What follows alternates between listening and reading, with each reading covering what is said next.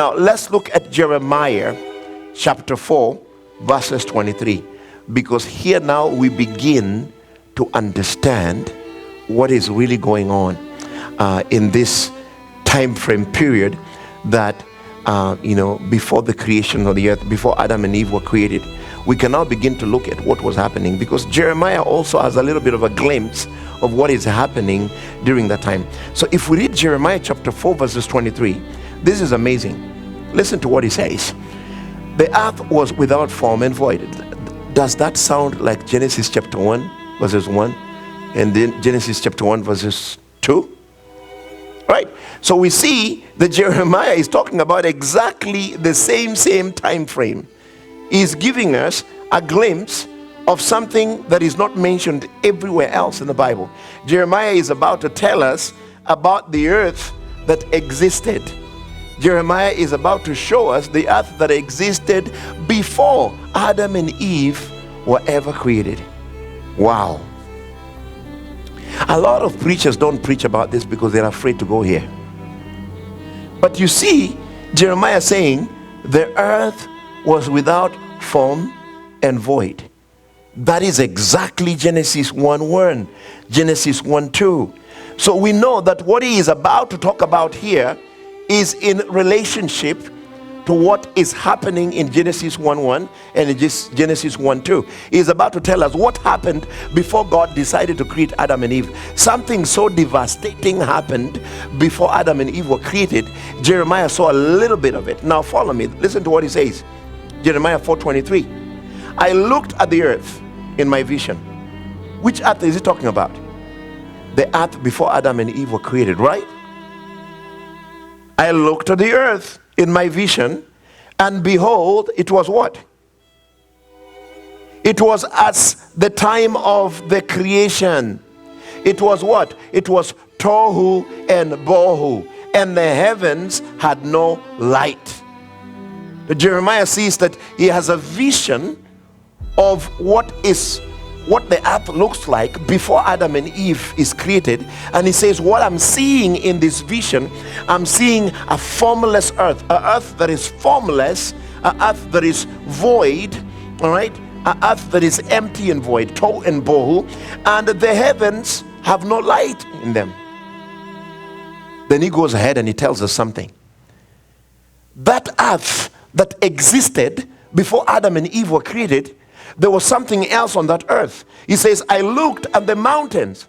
There were mountains on that earth that existed before Adam and Eve were created. Jeremiah says, I looked and there were mountains there. And behold, they were doing what? Trembling. Why do mountains tremble? When mountains tremble, what is happening? Earthquakes, right? So Jeremiah is able to see an earth before Adam and Eve is created.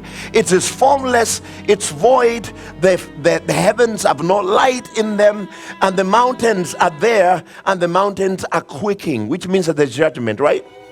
If the mountains are quaking, it means earthquakes. Earthquakes are a sign of God's judgment. So that earth was being judged. He says the mountains are trembling, and then listen to what he says again. And the hills moved back and forth. How can the hills be moving back and forth? Judgment, right? So that was an earth that is unstable. Jeremiah sees an empty and void earth, no light in the heavens. The mountains are quaking with earthquakes. And we have to understand earthquake is one of the judgments, is one of those things God will use for, it's one of the instruments of judgment. And then we are told also the hills are moving back and forth. All right, now verses 25, Jeremiah continues to give us, he's continuing to disclose what is going on in this pre-Adamic earth. Verses 25, he says, I looked and behold, there was no man. So he says that there was no man. Man had not been created yet. All right. And then he says, and the birds of the air had fled. Other translation says that the birds of the heavens had fled, which means that the earth before Adam and Eve were created had birds, and they're called the birds of heavens. He says the birds of the heavens had fled. Now you begin to understand when scientists bring things like pterodactyls.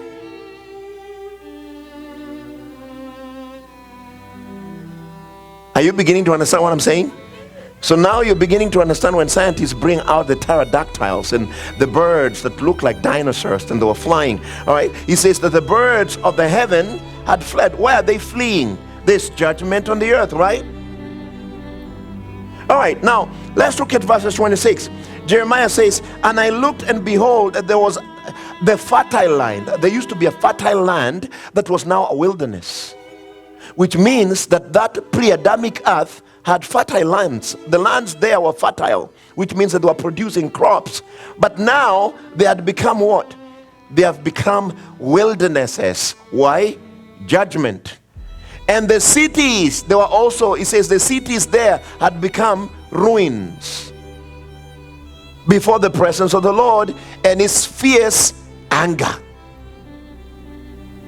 So what did Jeremiah just show us?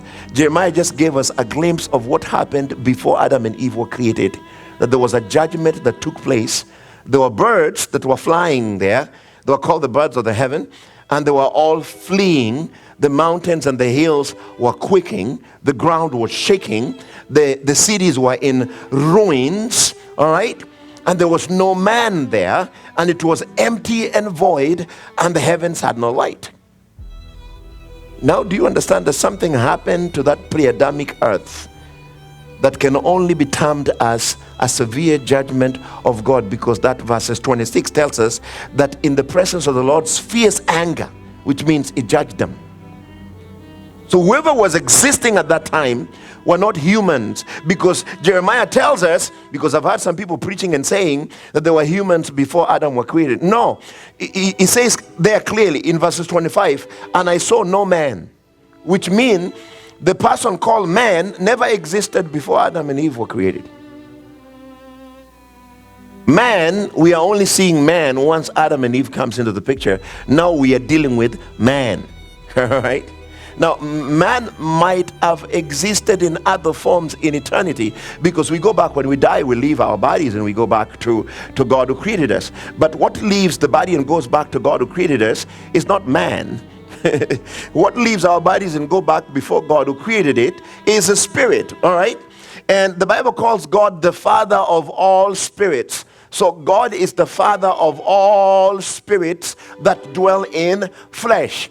So we are all spirits that dwell in flesh, and God is the Father of all spirits that dwell in flesh. So we cannot say man existed before Adam and Eve, because we don't have the subject man until Adam and Eve is created. Are you getting what I'm saying?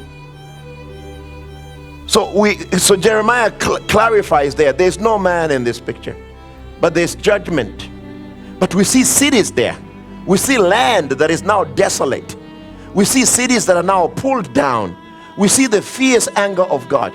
We see the mountains quaking. We see the emptiness and the void, and there is no man in the picture. So in these passages, we see the word again. We see again in clarity. We see the Hebrew words again showing up here. Tohu and bohu.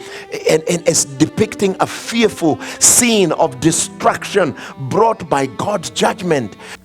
I've had some scientists try to use this Jeremiah chapter 4 from verses 23 to 26 to explain the ice age, the freezing of everything, and the sediments. All right, when scientists are observing the geological formation of the earth, they have found that the formation of the earth could not be like it is unless it's a freezing. There's a freezing that took place, because if you freeze a bird while it's flying, if you find it in the rocks, it looks like this, right? So the birds have the same posture that they were in when they died. You find the dinosaurs that are found while they are on a run, and they're frozen on a run. If it's a flood, you can't have that. Why? Because what will be happening in the flood is that the water will be flooding all the animals, and they'll be running around, which means that you'll find them in different positions. If they're flooded while they're falling under the water, maybe you'll find them in those shapes. But if something is frozen in time like that and caught up in sediment, it could also mean that there was a freezing. There was a freezing of things, and then when he created man and a woman, there was an unfreezing of things, and then flooding of things, and then it stopped. So you see the three steps of judgment: the freezing, the unfreezing, the flooding. And you get what's going on here? Because then it explains, when you come to Genesis, when God calls water, and where the water was gathered, it comes out and it goes into land. So it sounds to me like he's talking about the unfreezing of the earth. The earth that was frozen now is commanded to release water so that the places that were earth remain earth. But this is a beautiful passage because it depicts the fearful desolation of God's judgment upon those angelic beings that existed before Adam and Eve. Now, so if God formed the earth to be inhabited based on Jeremiah chapter 4 from verses 26, listen to this. I want you to think about this carefully. If God formed the earth to be inhabited based on Jeremiah chapter 4 verses 26, he says, I looked and behold, there was a fertile land that was now a wilderness, and the cities were pulled down before the presence of the Lord's fierce anger. That's not the condition that it was in, right? It means that something had happened here where the fertile land lost its fertility and it became a wilderness, where the cities were pulled down before the fierce anger of the Lord. It was not in that condition. It was without form and void. Again, we see those words again coming in Genesis 1:2 and Genesis 1:1. Tohu and bohu. We see those words coming up again. So what caused God's judgment of the pre-Adamic earth is the subject that we want to look at. So we have established that there was a judgment there. That just like there was a judgment in Adam and Eve when they sinned, we're going to come to that. But there was a judgment back then when God decided to judge the earth, the pre-Adamic earth. When God decided to judge them, there was something that happened there that caused God's judgment on that pre-Adamic earth. And that is what we call what? That is what we call the rebellion of Satan. All right? Rebellion of Satan took place. So let's look quickly at Colossians chapter 1 verse 16. This is what it says. For by him all things were created, in heaven and on earth, things visible and invisible, whether thrones or dominions or rulers or authorities, all things were created and exist through him, that is his activity, and for him. So this scripture here is talking about Jesus. He says that Jesus created, by him all things were created. Jesus created all things, for by him all things were created in heaven and on earth, visible and invisible, whether thrones and dominions. So when he's talking about thrones, that's talking about a category of angels. There's angels that are called thrones. So there's thrones, there's dominions, there's rulers, there's authorities, and all things were created and exist through him, by his own activity, and also for him. All right, now let's go to the next one. So there's four main orders of invisible spiritual realms that are being given to us here. All right, so we see those, four main orders of the invisible spiritual realm. Number one is thrones. Number two is dominions, or what we call lordship. Number three is principalities, rulerships. And then number four is powers, or what we call authorities. And realize here that the word power there, it means the realm of authority under a prince or a ruler. So when he's talking about powers there, it's talking about the realm of authority under a prince or a ruler. So rebellion as a whole began on the level of principalities. Right? Satan is considered a principality. So